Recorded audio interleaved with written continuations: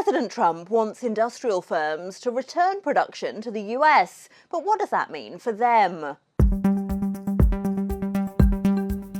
This is Sectors Up Close, and we're talking industrials. 25% tariffs on all steel and aluminium imported to the US kick in on Wednesday. Some manufacturers, like car makers, have been lobbying against them over fears their costs could steeply increase. Investors clearly see some upside for US industrials, though. The S&P sector is up 1.7% this year, while the wider market has erased all its gains since the election. Well, John Stoltzfus is Chief Market Strategist at Oppenheimer Asset Management. John, for manufacturers that do produce industrial goods in the US, then, might tariffs give them a competitive advantage? The tariffs are a real question here because some of their input costs are likely to go up in terms of different types of metals and certainly some of the gears and things that are going to be in those devices that are built in a very broad participating sector in terms of economic effective machinery. But we would have to think this is not a bad time to buy them because of uncertainty. The sector has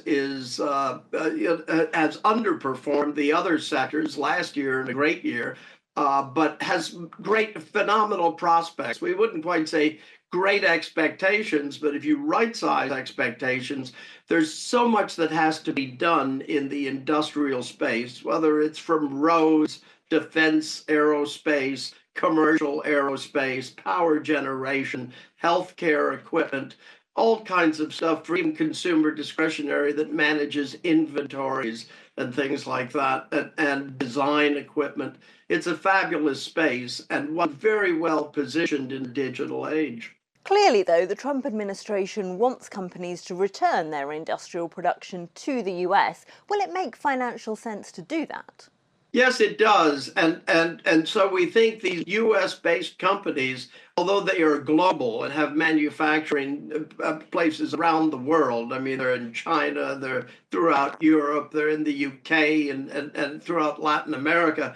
But we would have to say the need for them on a global basis, whether it's agricultural equipment, there's another area. It's just all these different areas that really drive economies, whether it's an emerging market, a developed market, and creates greater efficiencies, ties into the AI, ties into the global web in many different ways to maintain equipment, upgrade it and all. So that's why we like it. And one thing we always, as you know, I've been in this business for it's going to be 42 years sometime between May and July. Having been through every boom, bust, and recovery cycle, there's an instinct that begins to be developed at this point where in hindsight, every time you have problems in the market, great worries, and the market's beginning to sell off, we're in corrective mode in some sectors, and certainly even in bear markets for some stocks, it means usually in hindsight, you look back and you think, gosh, I should have taken advantage of this. What kinds of companies then should investors put on that shopping list? Is it steel firms, given that metals coming from abroad are the target of this week's tariffs? Well, I'd say steel, certainly. I mean, that's a very, very basic metal that's needed. But we would really look at the equipment manufacturers, whether it's in agriculture, aerospace, both commercial and defense, automobile manufacturing equipment, robotics, all types of sensors that go into a broad array that can benefit all the, within the 11 sectors, there's a buyer. I'm surprised, though, John, that you mention automobiles, given how clearly worried car makers are about tariffs and how international their supply chains are. You know, that's a really good point you're making. So we'd have to say in an area like that, you might want to be particularly careful.